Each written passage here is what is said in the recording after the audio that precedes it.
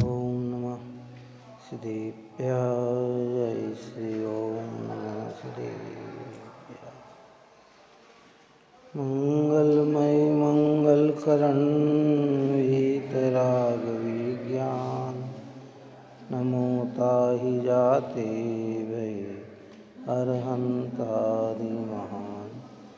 करि मंगल करियो महान ग्रंथ करण को काज। याते मिले समाज सब पावे निज पद राज। इस बहुतरु कामो लैक जानो मिथ्या भाव। ताको अब निर्मूल करी वही मोक्ष।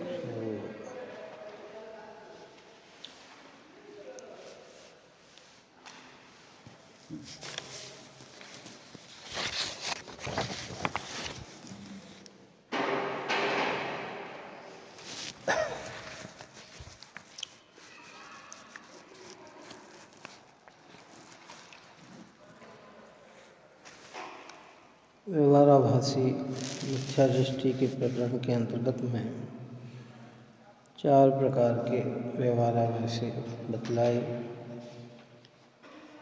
एक, कुल की अपेक्षा कुल परंपरा का जो निर्वाह करता है वह भी व्यवहाराभासी मिथ्या है, मिथ्या दृष्टि है। दूसरा, कि जो आज्ञा तो मानता है परंतु परीक्षा नहीं करता है, ऐसा जीव भी धार्मिक कार्य में लगा रहता है तो वह भी व्यवहाराभासी मिथ्या दृष्टि। और तीसरा जो है कि सांसारिक प्रयोजनार्थ साधने के लिए धर्म की साधना करता है, वह भी व्यवहाराभासी मिथ्या दृष्टि है। और चौथा वह है कि जो भावपूर्वक तो कार्य करता है या मंद भाव से कार्य तो करता है परंतु तत्व का स्वरूप नहीं समझ पाता है, देव शास्त्रों का यथेष्ट स्वरूप नहीं समझ पाता है, वह भी व्यवहाराभासी मिथ्या दृष्टि है। 183 पे प्रश्न का अपना हो गया था। अब 184 नंबर का प्रश्न कर। एक गुप्ती समिति आदि का संवर की अपेक्षा वास्तविक स्वरूप क्या है? मुनियों के एक काल में एक भाव होता है, वहाँ आश्रव बंद और संवर निर्जरा दोनों किस प्रकार होते हैं, है ना। ऊपर में संवर निर्जरा का अन्यथा स्वरूप में यह बात कही थी कि एक ही भाव से आश्रव भी हो और एक ही भाव से संवर भी हो, ऐसा होता नहीं है। अब यहाँ ये कह रहे हैं कि जो मुनिराज होते हैं उनके गुप्ती समिति आदि का संवर किस अपेक्षा वास्तविक स्वरूप क्या है। मुनियों के एक काल में एक ही भाव होता है, वहाँ आश्रव बंद और संवर निर्जरा दोनों किस प्रकार होते हैं। जो मुनिराज होते हैं ना, और मुनिराज के एक ही काल में आश्रव बंद भी होते हैं और संवर निर्जरा भी होती है, तो कहते किस प्रकार होती है। देखो ऊपर में क्या कहा था, एक भाव से संवर भी हो और निर्जरा भी हो, ऐसा नहीं होता। आश्रव भी हो और संवर भी हो, ऐसा नहीं होता। वो एक भाव से था। अब यहाँ कह रहे एक काल में, दोनों में अंतर समझ में आया। एक में भाव कहा कि एक जिस भाव से संवर आश्रव बंद हो उस भाव से संवर निर्जरा कैसे होगी। और व्यवहाराभासी मिथ्या दृष्टि उसी भाव से संवर निर्जरा मानता है, जिससे पुण्य बंद होता है उससे वो संवर मानता है। तो फिर के शास्त्र में ऐसा कैसे लिखा कि एक ही काल में मुनियों के आश्रव बंद भी होता है और संवर निर्जरा भी होती है, तो वो किस प्रकार है। तो उसका समाधान करते हुए यहाँ कहते हैं, देखो बहुत मार्मिक प्रश्न है और उसका बहुत ही गहरा उत्तर दिया है। एक काल में एक भाव जिससे आश्रव और संवर निर्जरा दोनों होते हैं, वह भाव मिश्र रूप है। कुछ वितराग है, कुछ सराग है। जो वितराग अंश है उससे संवर है तथा जो सराग है उससे बंध है। यानी मिश्र भाव। मुनिराज के एक कषाय, दो कषाय, तीन कषाय जितना तो अभाव, और संजलन कषाय का प्रवर्तन। जो मुनिराज 5 महाव्रत का पालन करते हैं, 5 समिति पालते हैं, पंचेंद्रिय विजेता होते हैं, 6 आवश्यक करते हैं, 7 शेष गुण का पालन करते हैं, जो विहार करते हैं, आहार करते हैं, निहार की ओर जाते हैं, स्वाध्याय प्रतिक्रमण प्रत्याख्यान करते हैं, ये सब शुभ भाव है। इनसे तो होता है आश्रव, इससे तो पुण्य कर्म का बंध होता है। लेकिन जो 3 कषाय का अभाव हुआ है वो शुद्ध परिणति होती है, निर्मल परिणति होती है। उस निर्मल परिणति से होती है संवर और निर्जरा एक ही काल में। क्या एक ही काल में एक परिणाम से बंध, और जितनी जितनी शुद्धता है उससे संवर और निर्जरा। और ऊपर में क्या कहा था, एक ही भाव से संवर भी हो और बंध भी हो, ऐसा कभी नहीं होता।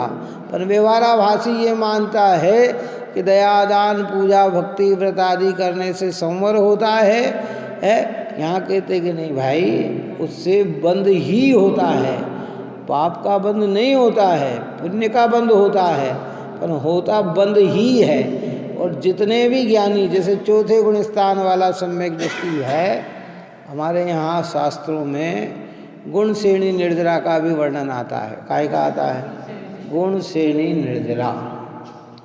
और गुण श्रेणी निर्जरा का क्या मतलब बताया कि देखो भाई, चौथे गुण स्थान वाला व्यक्ति क्या, अगर वो मंदिर में पूजा कर रहा है, दर्शन कर रहा है, भक्ति कर रहा है, या सामायिक काल में बैठा हुआ है, और 5वें गुण स्थान वाला व्यक्ति अगर घर के कार्य कर रहा है तो भी इसकी अपेक्षा उसको निर्जरा ज़्यादा है।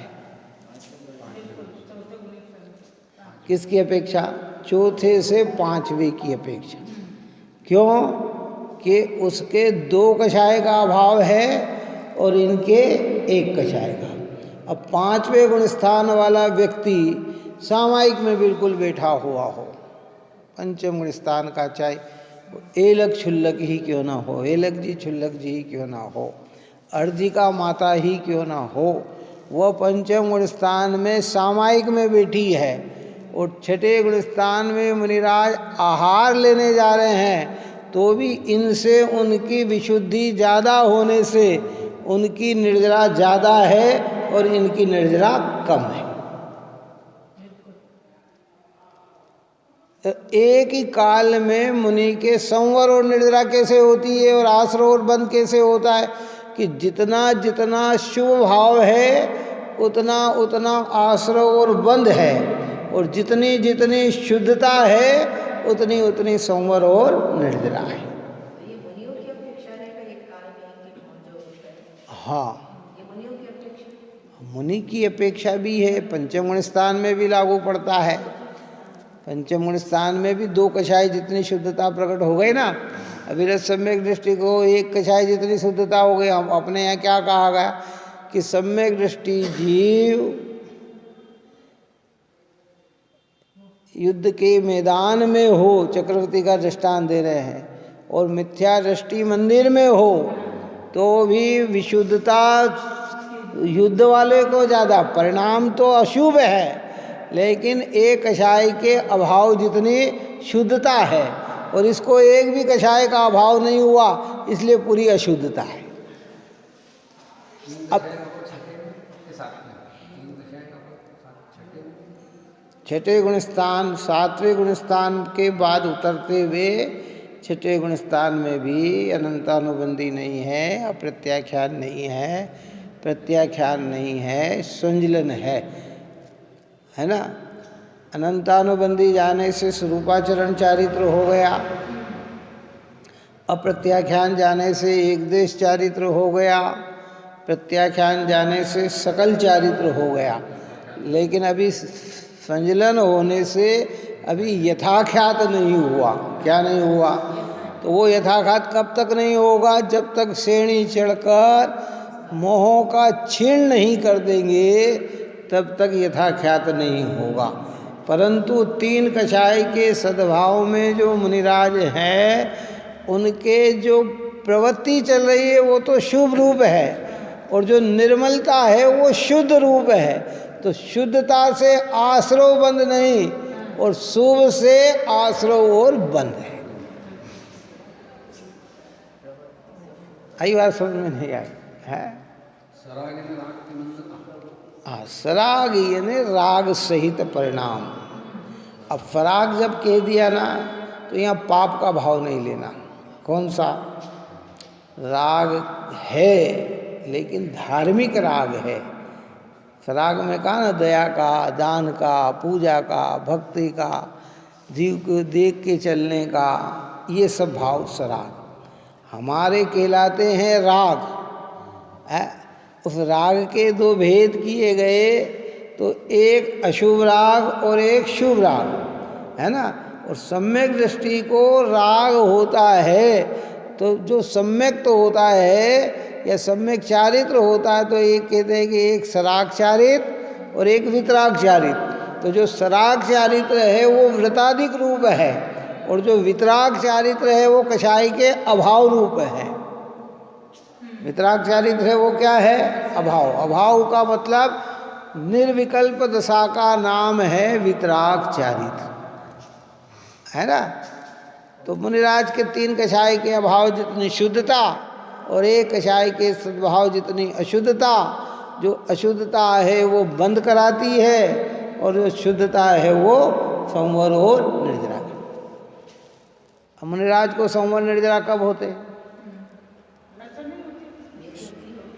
संवर निर्जरा नहीं तो मुनिराज नहीं। मुनिराज हुए यानी संवर और निर्जरा।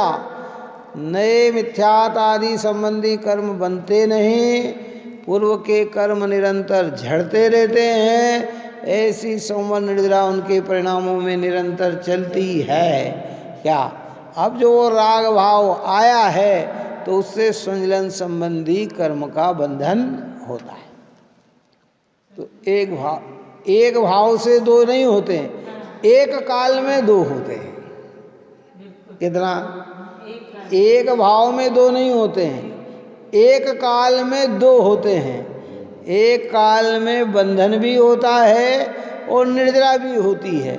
और ऊपर में ये कहा था संवर तत्व की भूल में कि एक ही काल में वह जीव, एक ही भाव में वह जीव बंध भी मानता है और उससे निर्जरा भी मानता है। क्योंकि एक भाव से बंधन और एक भाव से निर्जरा नहीं। जो बंधन का भाव है वो निर्जरा नहीं कराता, और जो निर्जरा का भाव है वो बंधन नहीं कराता। ऐसा समझने से देखो क्या कहते हैं। हाँ, एक काल में एक भाव जिससे आश्रय और सब, वो इसमें थोड़ा सा एक काल में ऐसा दिखता है ना वो भाव, लेकिन वो एक शुद्धता के साथ है और एक इसके साथ है। काय के साथ है? एक परिणाम जो है वो परिणाम तीन कषाय के अभाव रूप तो शुद्धता है, और स्वंजलन कषाय के सद्भाव रूप अशुद्धता है। समझ में आई बात है? एक ही साटे की पेड़ी होती है ना, साटे की पेड़ी होती है, एक ही साटा, तो नीचे से मीठा होता है, ऊपर से फीका होता है। वो एक ही काल में होता है। कितने काल में होता है? मतलब काल का मतलब एक ही काल में। उसके मीठे और फीके रहने में साटे में कोई तकलीफ नहीं, पर जो मीठा है वो फीका नहीं, और जो फीका है वो मीठा नहीं। बात समझ में आई कि नहीं? ऊपर का रस कैसा कि वो फीका, नीचे का कैसा दिखता है, कैसा एक। ऐसे कह रहे हैं कि एक चार प्रकार के बंधन बताए है ना, मिथ्यात्व संबंधी, अप्रत्याख्यान संबंधी, प्रत्याख्यान संबंधी, स्वंजलन संबंधी। अब ये तीन तो निकल गए, अब बचा एक। तो ये शुद्ध, जो शुद्धता है उससे तो बंधन नहीं, और जो अशुद्धता है उससे बंधन। तो जिन भावों से बंधन नहीं होता, फिर उससे क्या होती है कि उससे निर्जरा होने लग जाती है। अब वो जो भाव आ रहे हैं ना, अपना समय सार जिस ग्रंथ में तो निकल गया ना कि जो भाव आ रहे हैं वो भी कर्मों के उदय में आ रहे हैं, काय में आ रहे हैं। तो ज्ञानी का उसमें एकत्व, कर्तव्य, स्वामित्व, भोक्तत्व न होने से वो कर्म क्या है, झड़ रहे हैं। क्या हो रहे हैं? वो झड़ रहे हैं। मिथ्या संबंधी बंध नहीं हुआ, फिर आगे बढ़ोगे तो अविरत का बंधन नहीं होगा, फिर वो आगे बढ़े तो प्रमाद का नहीं होगा, फिर आगे चले तो कषाय का नहीं होगा। अब मुनिराज प्रमाद छोड़कर प्रवृत्ति कर रहे हैं, तो उनको क्या है कि प्रमाद का बंधन नहीं है, उनको खाली कषाय का बंधन है, संजलन का है, बस कषाय का बंधन। और उस कषाय इसलिए तो कहा कि उन मुनिराजों की कषाय पानी की रेखा के समान होती है कि आई और निकल जाती है, वो लंबी नहीं खिंचाती है। अनंतानुबंधी की कषाय जाएगी तो 6 महीने तक जा सकती है। अप्रत्याख्यान की कषाय जाएगी तो 15 दिन तक जा सकती है। कितने दिन तक जा सकती है? मुनिराज की जो कषाय है वो कितनी है? एक आया और चले गए, बस। लंबे समय तक उनके परिणामों में वो भाव भी रहते नहीं है, विस्मरण हो जाता है। क्या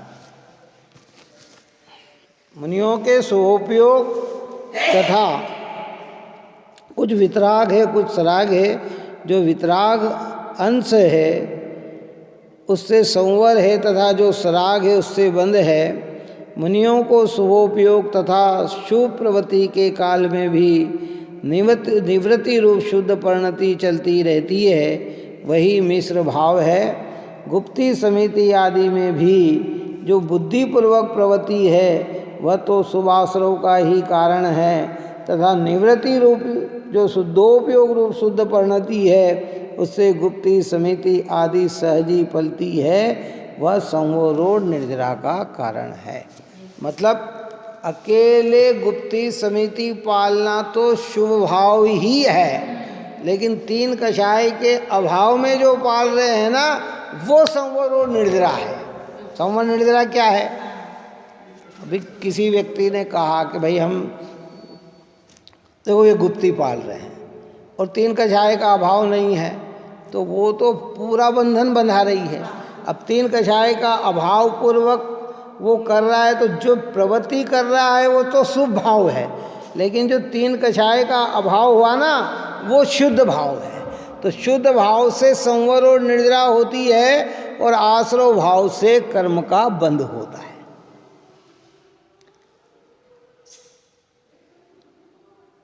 धीरे से इस चीज को समझे। भूल क्या करता है, वो भूल निकालने की बात है। अज्ञानी क्या मानता है और ज्ञानी क्या, वो उसका एक प्रश्न के शास्त्रों में समिति को, गुप्ती को, संयम को, धर्म को संवर और निर्जरा कहा, तो इसमें ये जीव क्या भूल करता है कि इनको संवर निर्जरा कहा है, तो जो शुद्धता है वह संवर निर्जरा है। अगर शुद्धता को प्राप्त न हो और समिति गुप्ती संयम धर्म को ही पालन करता रहे तो फिर निर्जरा नहीं है, फिर बंद ही है। जिसका दृष्टांत द्रव्यलिंगी मुनि का दिया जाता है कि द्रव्यलिंगी मुनिराज भगवंत मुनिराज 28 मूल गुणों का अखंड पालन करते हैं। कैसा पालन करते हैं? और समय पे ही सारे कार्य करते हैं, फिर भी उनके कर्म की किंचित भी निर्जरा नहीं होती। उनके पुण्य बंध अथाह होता है। क्या होता है? पाप बंध नहीं होता, पुण्य बंध अथाह होता है, लेकिन कर्म की निर्जरा नहीं होती। और जो सम्यक दृष्टि मुनिराज होते हैं उनके पुण्य बंध भी होता है और संवर निर्जरा भी होती है। शुद्धता है वह संवर निर्जरा और अशुद्धता है वह बंधन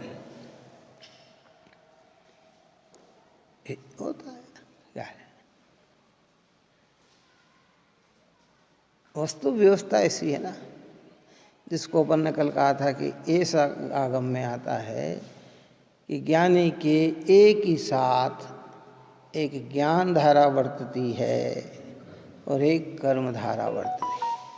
जो कर्म धारा है वो बंधन कराती है, जो ज्ञान धारा है वो संवर और निर्जरा कराती है। और वो संवर और निर्जरा है। जो संवर निर्जरा है वो शुद्धता है, जो आश्रव बंध है वह अशुद्धता है। एक ही पिंड में ये दोनों व्यवस्था दिखती है, लेकिन जो संवर है वो आश्रव नहीं और जो आश्रव है वो संवर नहीं।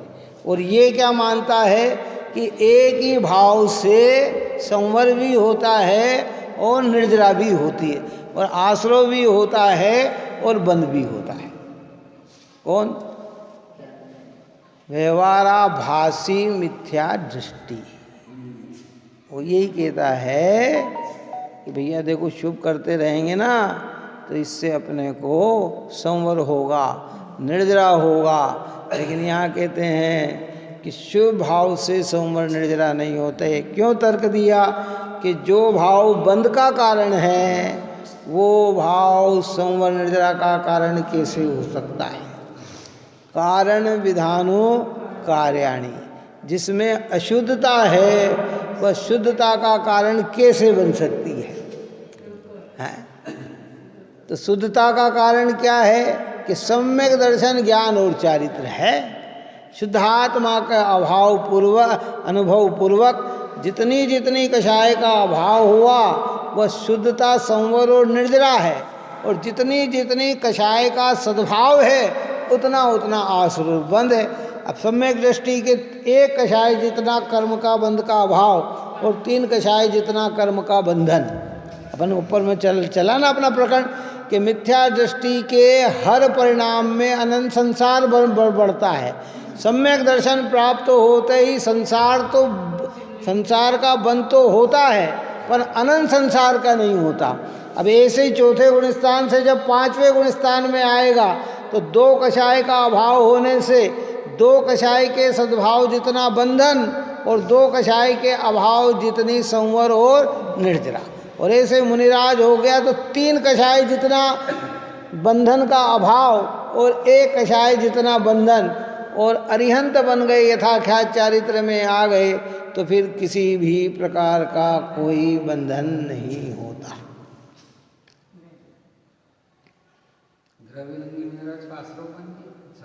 हाँ, द्रव्यलिंगी मुनिराज शुद्धात्म अनुभव से रहित होने से उन्हें आश्रव और बंध ही होता है। बस खाली अंतर इतना समझना कि यहाँ उनका आश्रव अशुभ पापाश्रव नहीं होता, पुण्याश्रव होता है।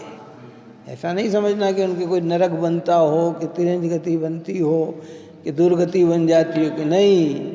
क्योंकि शुभ पुण्यश अशुभ पापश, शुभ भाव है तो पुण्य का ही बंध होगा और अशुभ भाव है तो पाप का ही होगा।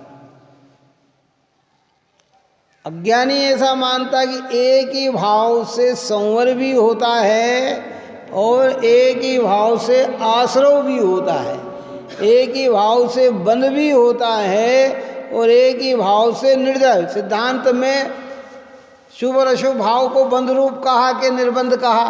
तो बंध कहा। ये दोनों भाव तो बंध स्वरूप है। शुभ अशुभ बंध, शुभ अशुभ दोनों के पीछे बंध लिखा है। और शुद्धता में बंधन नहीं होता, शुद्धता के साथ संवर और निर्जरा चलती है। अब उस शुद्धता के साथ साथ जितना शुभ भाव है तो वो शुभ भाव तो आश्रव बंध का काम करता है, और जो कषाय का अभाव है वह संवर और निर्जरा का काम करती है। एक ही काल में एक ही साथ निवृत्ति, संसार से निवृत्ति भी हो रही है और जितने अंश में है वो प्रवृत्ति, जिसको हम शब्द बदल कर ये कहते हैं कि देखो समझदार व्यक्ति ऐसा है कि भैया सम्यक दर्शन आदि प्राप्त हो जाने के बाद वो कर्मों का बंधन थोड़ा करता है और कर्म को झड़ाता ज़्यादा है। जैसे दृष्टांत दिया था कि समझदार किसान पूर्व का कर्जा अगर सिर पे है और पूरा चुकाने में समर्थवान नहीं है तो ज़्यादा से ज़्यादा चुकाता है और थोड़ा लेता है। क्या लेता है? इसलिए संवर और निर्जरा का जो परिणाम है और जिनकी परिणति में प्रकट हो गया, उनके 5-10 भव से ज़्यादा भव होते नहीं हैं। इन भवों में वो सारे कर्म को क्षय करके निर्वाण को प्राप्त हो जाएंगे। अब अज्ञानी की मान्यता ये है कि भाई दया, दान, पूजा, भक्ति, व्रत, इससे कर्म झड़ जाते हैं। कि वो शास्त्रों में भी लिखा है कि शास्त्र में इस दृष्टि से लिखा है कि शुद्धता के साथ जीव होते हैं ना तो उनको भी निर्जरा का कारण कहा जाता है। जैसे अपन ने कहा था ना कि भाई बादाम का हलवा है तो बीजी के साथ काय है, इसको भी पूजा की बादाम को भी क्या कहते हैं? बादाम ही कहते हैं ना। लेकिन हमें पता है कि ये है छिलका छोड़ने योग्य है और अंदर की बीजी खाने योग्य है ना। और उसके बाद फिर और अच्छी तरह से बादाम का हलवा बनाए तो पानी में उबाल कर उसके ऊपर का छिलका भी निकाल दिया जाता है और वो बादाम रखी जाती है जो वास्तविक है। परंतु वो जब तक उससे चिपकी हुई है ना तब तक वो भी नाम क्या पाती है? बादाम ही नाम पाती है। क्या नाम पाती? ऐसे शुद्धता के साथ साथ चलने वाले शुभ भाव भी, समिति, गुप्ती आदि भी धर्म नाम पाते हैं, लेकिन वास्तविकता में धर्म तो वीतराग भाव है।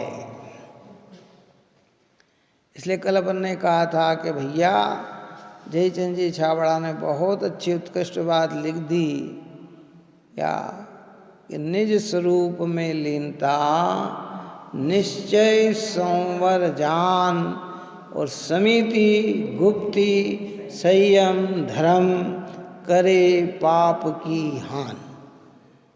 ये पाप भाव को मिटाती है और निस्वरूप की लीनता संवर उत्पन्न कराती है। उस निस्वरूप की लीनता के साथ साथ ये बाह्य आचरण होते हैं, उन्हें भी संवर और निर्जरा कही जाती है। वो व्यवहार है, बस इतना है। संयोग को भी कह दिया जाता, क्या चीज़ अंदर में है तो उसको उसका नाम दे दिया जाता। सोने की डिब्बी है, जाओ वो हार की डिब्बी ले आना, तो सोने के हार की डिब्बी ले आना, तो अब सोने के हार की तो कोई डिब्बी है नहीं, डिब्बी तो प्लास्टिक आदि की है, लेकिन उसमें रखा होने से वो नाम भी क्या पा जाती है? व्यवहार पाती है। ऐसे शुद्धता के साथ साथ समिति, गुप्ती भी नाम काय का पा लेते हैं, संवर और निर्जरा का पा लेते हैं, लेकिन वास्तविक संवर और निर्जरा तो परिणामों की विशुद्धता का नाम है, परिणामों की शुद्धता का नाम है, वितराग भाव का नाम है। कहीं राग का भाव का नाम संवर और निर्जरा नहीं है। बस इतनी भूल निकालना, तत्व ज्ञान में ये भूलें निकल जाती। ऐसा नहीं है कि मुनिराज को समिति पालने का भाव नहीं आ रहा, अरे वो तो बिल्कुल पांचों समिति यथेष्ट है, बिल्कुल अटेंशन रहते हैं, एक भी समिति में दोष न लगे, अतिचार न लगे, महाव्रत में अतिचार न लगे, है ना, वो ऐसे रहते हैं। फिर भी वो जानते हैं कि जितना जितना राग है उतना उतना बंधन है, और जो मेरी शुद्धता है वह संवर और निर्जरा है। तो उनका जोर शुद्धता बढ़ाने का होता है, काहे का होता है, तो वो शुभ से भी अपना उपयोग खींचकर अपने अंदर ले जाने का प्रयत्न करते हैं। स्वाध्याय करते करते, लिखते लिखते अंतर्मुख होकर अंदर चले जाते हैं।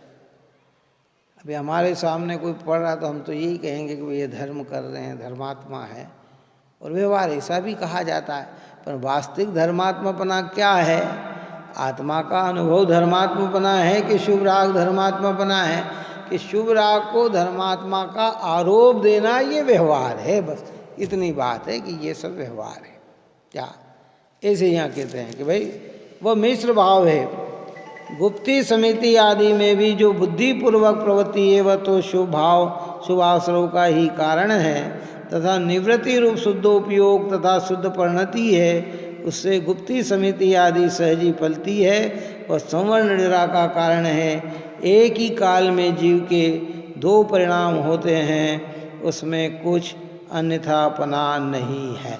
क्या कहते हैं? एक ही काल में दो परिणाम होते हैं, उसमें अन्यथा नहीं। एक ही भाव से दो कार्य होते हैं, उसमें तो अन्यथापना है। फिर समझना ध्यान से, एक ही काल में दो प्रकार की प्रवृत्ति होती है, यह तो संभव है, पर एक ही भाव में दो कार्य होते हैं यह संभव नहीं है। बात समझ में आई? शुभ भाव से बंधन ही होता है, निर्जरा नहीं होती है। लेकिन ज्ञानी के एक ही काल में जितनी जितनी कषाय का अभाव है उतनी उतनी शुद्धता संवर और निर्जरा है, और जितना जितना शुभ भाव है उतना उतना आश्रव और बंध है। चारित्र गुण के पर्याय है। हाँ, तो चारित्र गुण के पर्याय में एक साथ दोनों चीज। हाँ, इसको हे आत्मा के चारित्र गुण की पर्याय क्या है, पर इसमें भी भेद चला। कितना भेद चला कि चारित्र गुण की चार पर्याय की गई। स्वरूपाचरण, एक देश स्वरूपाचरण है ना, जो हमारे यहाँ चौथे गुण स्थान में स्वरूपाचरण, पंचम गुण स्थान में एक देश चारित, छठे गुण स्थान में सकल चारित, और इसके बाद जब स्वरूप की पूर्ण प्राप्ति होती है तो यथाख्यात चारित। तो अब वो चारित्र के इतने भेद हो गए। कितने भेद हो गए? सामान्य दृष्टि से तो वो एक ही दिख रहा है। कितना दिख रहा है? लेकिन अब वो ये अनंतानुबंधी नहीं है, तो अनंतानुबंधी जितनी शुद्धता हो गई। तो फिर ऐसा रहा ना कि जो निर्जरा है वो तो सदाकालिक चल रही है। हाँ, तो तीन कषाय जितनी तो चल ही रही है। हाँ हाँ हाँ, ये जो वेद व्यवस्था है, हाँ, ये तो तत्क्षण की वर्तमान की जो हाँ, तो परिस्थिति उसका जानते नहीं। इन्हें अंदर से शांत और ऊपर से अशांत। बराबर। क्या समझ में है? तीन कषाय के अभाव जितनी शुद्धता, एक कषाय के सद्भाव जितना बंध। अज्ञानी ये कह रहा है, जैसे ऊपर में कहा कि एक ही भाव से संवर भी है और एक ही भाव से आश्रव और बंध भी है, तो कहते वो तो सिद्धांत, वो अन्यथा श्रद्धान है। और ऐसा अगर हम मानेंगे कि एक ही काल के अंदर एक में जितना जितनी प्रवृत्ति मार्ग है उतना उतना आश्रव और बंध है, और जितनी जितना निवृत्ति मार्ग है, शुद्धता है, उतनी उतनी संवर और निर्जरा है, तो उसमें कहीं से कहीं तक दोष नहीं आएगा। बस भ्रांति मिटाने का तरीका यही है। क्या? एक कर्मधारा, एक ज्ञान धारा एक ही साथ परिणति में चल रही है। जो राग है वो कर्म धारा है, जो भेद विज्ञान करके जागृति है वो ज्ञान धारा है। तो ज्ञान धारा वाला व्यक्ति क्या करेगा कि वो कौम संवर और निर्जरा करेगा, और जो राग धारा है वो क्या होगी कि वो कर्म को बंधाएगी। बस अब अंतर इतना कि भेद ज्ञान होने पर ये होता है, तो उस राग में भी अनंत संसार बंधाने की सामर्थ्यता नहीं है, वो सामर्थ्य नहीं। बात समझ में आई ना? देखो मुनिराज और आचार्य की अब अपन थोड़ा सा विश्लेषण में जाते हैं। 3 पद है अपने यहाँ साधु की, है ना? साधु पद, उपाध्याय पद, आचार्य पद है। साधु सामायिक में बैठा हुआ हो, काय में, और मुनिराज शिष्यों को दंड दे रहे हों।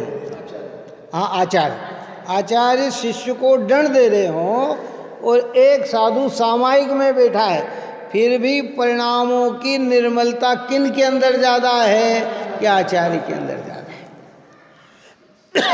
उनके अंदर ज़्यादा है। इसलिए लिखा ना, आचार्य की परिभाषा में लिखा टोडरमल साहब ने कि सम्यक दर्शन, सम्यक ज्ञान, सम्यक चारित्र की अधिकता से प्रधान पद प्राप्त करके मुख्य रूप से संघ के नायक हुए हैं, जो मुख्य रूप से तो स्वरूपाचरण में ही मग्न रहते हैं।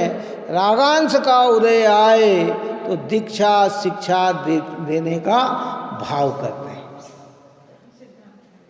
अब वो बाहर में तो ऐसे दिख रहे हैं और ये ऐसे दिख रहे हैं।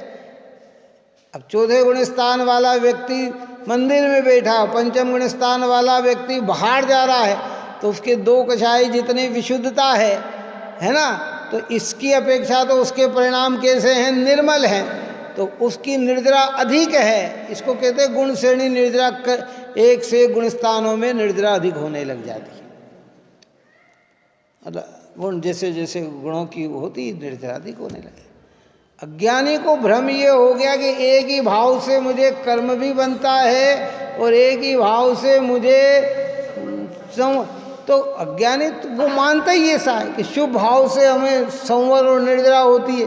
तो कहते भैया सिद्धांत में तो शुभ भाव को आश्रय और बंध का, तत्वार्थ सूत्र में तो बिल्कुल स्पष्टली लिखा है।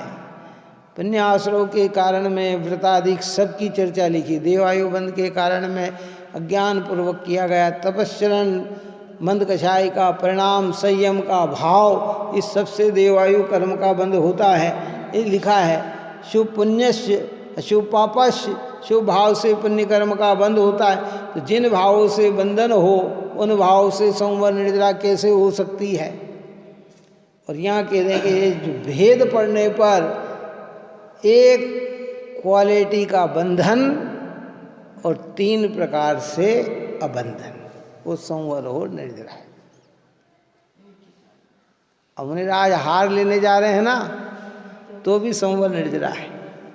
हार का परिणाम तो आश्रव बंध है, लेकिन वो शुद्धि जो विशुद्धता चल रही है ना, वो क्या है? वो तो निर्मलता ही है। तत्व ज्ञान में ये सारी बात धीरे से समझेंगे तो समझ में आएगी क्या। इसलिए यहाँ कहते हैं एक ही काल में जीव के 2 परिणाम होते हैं, उसमें कुछ अन्यथापना नहीं। उपयोग तो एक काल में एक ही प्रकार का होता है, किंतु अंतरंग परिणति मिश्र रूप हो सकती है। उपयोग बंध अथवा निर्जरा का कारण नहीं है, अपितु अभिप्राय और भाव रूप परिणति आश्रव बंध अथवा संवर निर्जरा का कारण है। उपयोग ज्ञान गुण की पर्याय है, जबकि परिणति श्रद्धा तथा चारित्र गुण की पर्याय है। शुद्ध द्रव्य तो इन सब से रहित ही है। और आगे जाकर अगर विशेष कथन करें तो जो शुद्ध द्रव्य है वह तो सबसे रहित ही है, उसमें तो ये भेद प्रभेद भी नहीं है।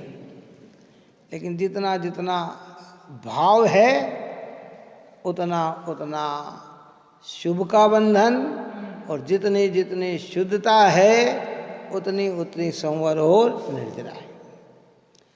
और ये शुद्धता कहाँ से प्रकट होती है? सम्यक दर्शन से प्रकट होती है। सम्यक दर्शन नहीं है तो अशुद्धता ही चल रही है। फिर वो सम्यक दृष्टि नहीं हुआ ना, तो फिर वो कितना ही शुभ कार्य करे तो भी उसके शुद्धता न होने से संवर प्रकट ही नहीं हुआ, उसके तो आश्रय और बंद ही है। इसलिए अपने कहा कि भाई निज स्वरूप में लीनता निश्चय संवर जान। वास्तविक संवर का परिणाम स्वरूप में लीन होने से प्रकट होता है। और एक बार प्रकट हो गया और एक कषाय का मेल निकल गया तो अब वो कहीं भी रहे उतनी शुद्धता तो उसके अंदर बनी रहेगी। कहीं भी रहे वो इतनी शुद्धता तो बनी रहेगी अब उसके अंदर। ज़्यादा न भी हो तो उतनी शुद्धता तो बनी रहेगी। क्या नहीं बनी रहेगी? गवर्नमेंट में किसी की नौकरी लग जाए और उसको लग गया कि 50,000 रुपये महीने की उसकी सर्विस लग गई। अब वो लगी प्रारंभ में कितने में लगी उसकी सर्विस? 50,000 रुपये में। अब वो अगर ज़्यादा पुरुषार्थ और ज़्यादा आगे न भी करे तो भी उसको 50,000 तो मिलना है और मिलना है। और आगे और बढ़ेगा तो और मिल जाएगा। बात समझ में आए कि नहीं? कार्य करेगा अधिक बढ़ के तो भी वो, नहीं तो सामान्य कार्य भी करेगा। तो ऐसे कह रहे हैं एक बार जो शुद्धता प्रकट हो गई, अब इसके आगे अगर न भी बढ़े तो उतनी निर्मलता तो उसकी बनी की बनी रहती है। और उस निर्मलता जैसे सर्वार सिद्धि के देव, लोकांतिक देव, सोधर्म इंद्र महाराज, अब ये आगे तो बढ़ नहीं सकते ना, चौथे गुण स्थान से आगे तो बढ़ ही नहीं सकते। अब ये चाहे मंदिर में रहे तो भी नहीं बढ़ सकते, भगवान के समोसरण आदि की रचना करे तो भी नहीं बढ़ सकते हैं। वो उनका चौथे से आगे नहीं, पर वो चौथे गुण स्थान जितनी शुद्धता तो उनकी हर समय बनी की बनी है। चाहे वे इंद्र सभा में बैठे हों, चाहे वे भगवान का समोसरण रच रहे हों, पुण्य पाप में अंतर जाएगा, लेकिन शुद्धता तो उनकी खाली एक कषाय के अभाव जितनी ही है। कितनी है? एक कषाय के अभाव। इससे अधिक शुद्धता उनके जीवन में नहीं आ सकती। वो मनुष्य जीवन धारण करेंगे और व्रत आदि लेकर फिर वो शुद्धता बढ़ेगी।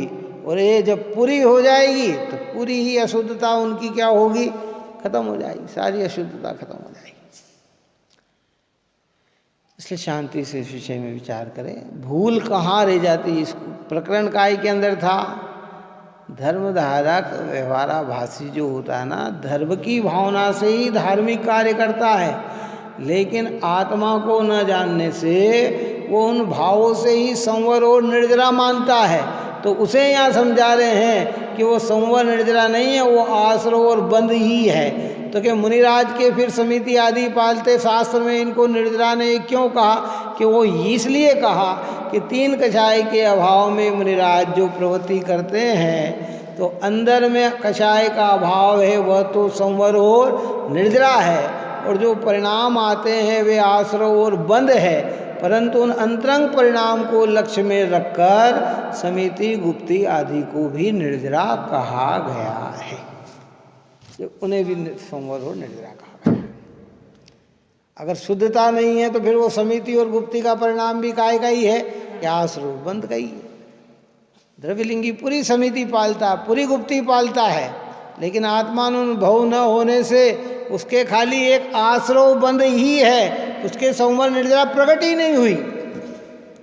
अगर खाली बाहर की समिति गुप्ती से ही संवर निर्जरा प्रकट होती तो फिर उसके भी हो जाना था। फिर वो अनंत संसार में क्यों भटकता है, क्यों संसार में भटक रहा है?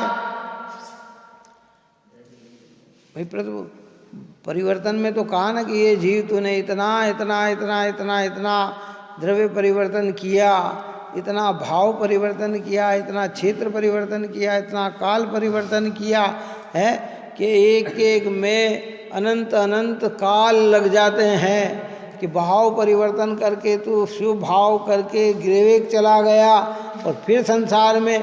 तो भैया ग्रीवेक जाने वाला समिति गुप्ती पालेगा तो ही तो जाएगा, लेकिन शुद्धता न करने से वो ग्रीवेक जाकर भी वापिस नीचे आ जाता है। और जो शुद्धता के साथ पालते हैं तो तो शुद्धता है वो तो संवर निर्जरा कराती है, और जो पालने का भाव है वो आश्रव और बंध है, तो उसमें इतना बंधन नहीं बनता कि उसको अनंत काल संसार में भटकना पड़े। उपयोग को भी बंद और निर्जरा का कारण नहीं है हाँ, उपयोग भी निर्जरा बंध का कारण नहीं है। बंध निर्जरा का कारण शुद्धता का परिणाम है ना। जैसे ज्ञानी मुनिराज एकत्व वितर्क विचार में चल रहे हैं, टोडरमल जी साहब ने एक बात लिखी है कि देखो भाई, बंध की प्रवृत्ति में चार का प्रकृति बंध, प्रदेश बंध, स्थिति बंध और अनुभाग बंध। प्रकृति और प्रदेश बनते हैं योगों से, स्थिति अनुभाग बनती है कषायों से। अभी मैं यहाँ बैठा बैठा मन को बहुत दूर ले जाऊं, कितनी दूर ले जाऊं, करोड़ों किलोमीटर अरबों किलोमीटर दूर ले जाऊं, और मेरे अंदर कषाय का भाव नहीं है, तो बोलो उससे कितना बंधन होगा? ज़्यादा बंधन नहीं होगा, कषाय का भाव नहीं है ना अंदर में, हाँ, तो बंधन नहीं होगा। और एक जीव ने खाली उपयोग कहीं नहीं भटकाया, यहाँ पास का पास में भटकाया, कितना भटकाया, लेकिन उसमें कषाय का परिणाम है, तो बंधन कैसा हुआ?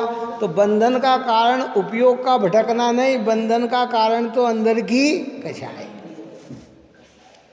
अब कृत्रिम चैत्यालय में अभी अगर हम नंदीश्वर द्वीप में अपना उपयोग ले जाएं आगम के अनुसार, तो बोलो कितनी दूर है नंदीश्वर द्वीप है, लेकिन अंदर में भाव शांत है तो इतना बंधन नहीं। और बिल्कुल पास में ही उपयोग भटकाएं और हमारे परिणाम में क्लेश है, तो हमें बंधन कैसा होगा? ज़्यादा। और ज्ञानी जीव जब सपर को जानते हैं तो वो उनका उपयोग तीन लोक की रचना जिसने लिखी, अब जैसे संस्थान विचय नामक धर्म ध्यान की चर्चा की जाए, काय की चर्चा की जाए, है ना। धर्म ध्यान के चार भेद में आज्ञा विचय धर्म ध्यान, उपाय विचय धर्म ध्यान, विपाक विचय धर्म ध्यान और संस्थान विचय धर्म ध्यान। उस संस्थान विचय धर्म ध्यान में तीनों लोक संबंधी विचार बनता है। आज्ञा विचय धर्म ध्यान में तो क्या, भगवान की जो आज्ञा उस अनुसार विचार करना, 6 द्रव्य 7 तत्व 9 पदार्थ आदि आदि आदि का इनका विचार किया जाए। उपाय विचार में संसार से कैसे बाहर निकला जाए इसका विचार करना है। विपाक विषय में कर्म का उदय कैसे आ रहा है, कर्म के उदय में क्या क्या होता है, इसका विचार किया जाए। लेकिन जब संस्थान विचय नामक धर्म ध्यान की चर्चा करते हैं तो उसमें त्रिलोक की चर्चा करते हैं। अब वो सम्यक दृष्टि अगर त्रिलोक की बात जान भी रहा है तो उपयोग के जानने से बंधन है, बंधन तो उसकी जो कषाय है ना उससे बंधन होता है उसका। इसलिए हमारे यहाँ कहा कि भाई बंध का कारण में क्या लिखा, मिथ्यात, अविरत, प्रमाद, कषाय और योग। उपयोग कहीं नहीं लिखा भाई।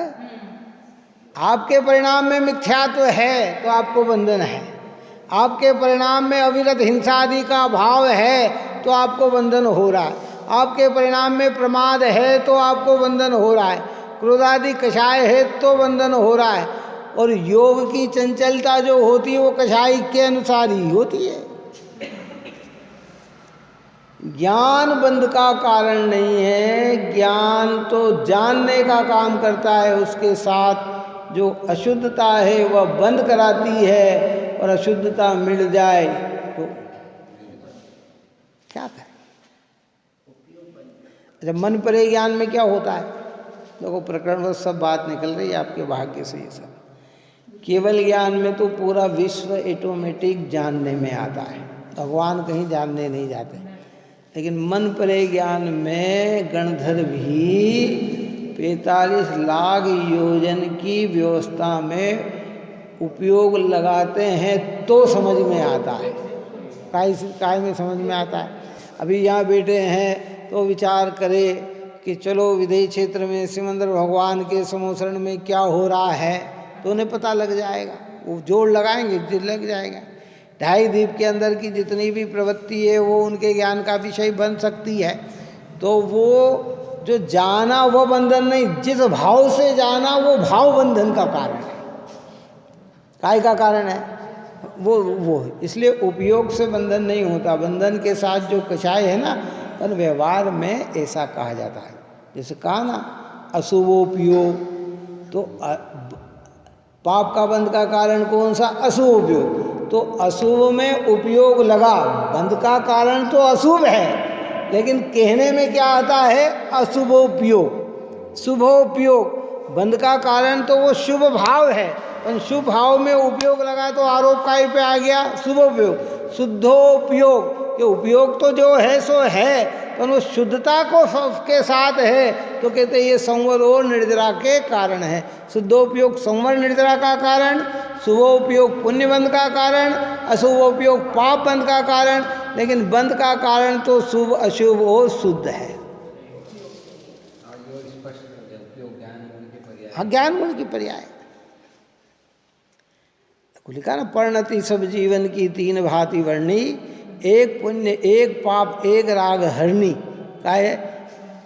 परिणति सब जीवन की तीन भांति वर्णी, जहाँ में शुभ अशुभ अंध दो ही करे कर्म बंध, और वीत राग परिणति ही भव समुद्र तरनी।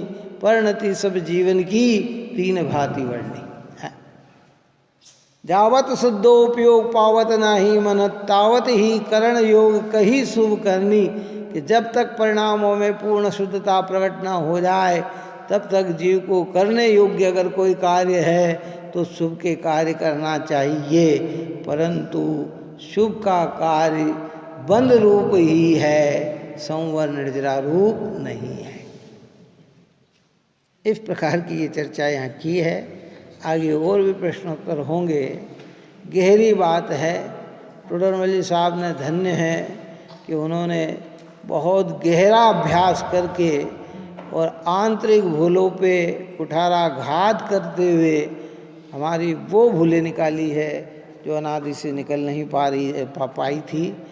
आज भी पूरी तरह से नहीं निकल पा रही है, लेकिन हम बार बार प्रयत्न करें तो ये भूल भी हमारी निकलेगी। इसलिए आप और हम सभी निरंतर देव शास्त्र गुरु के निकट रहकर अपने परिणामों को निर्मल बनाएं, यही मंगल भावना है।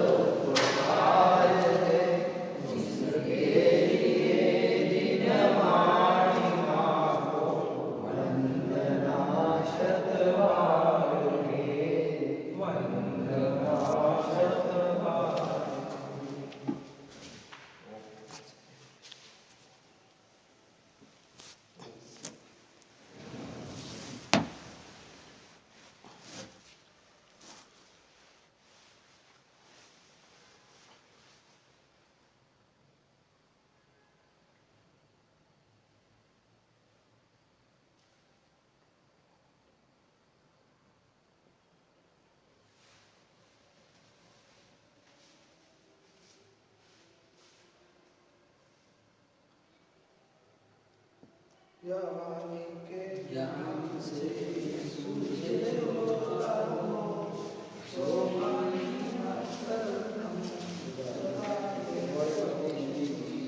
बोलो द्वादशांग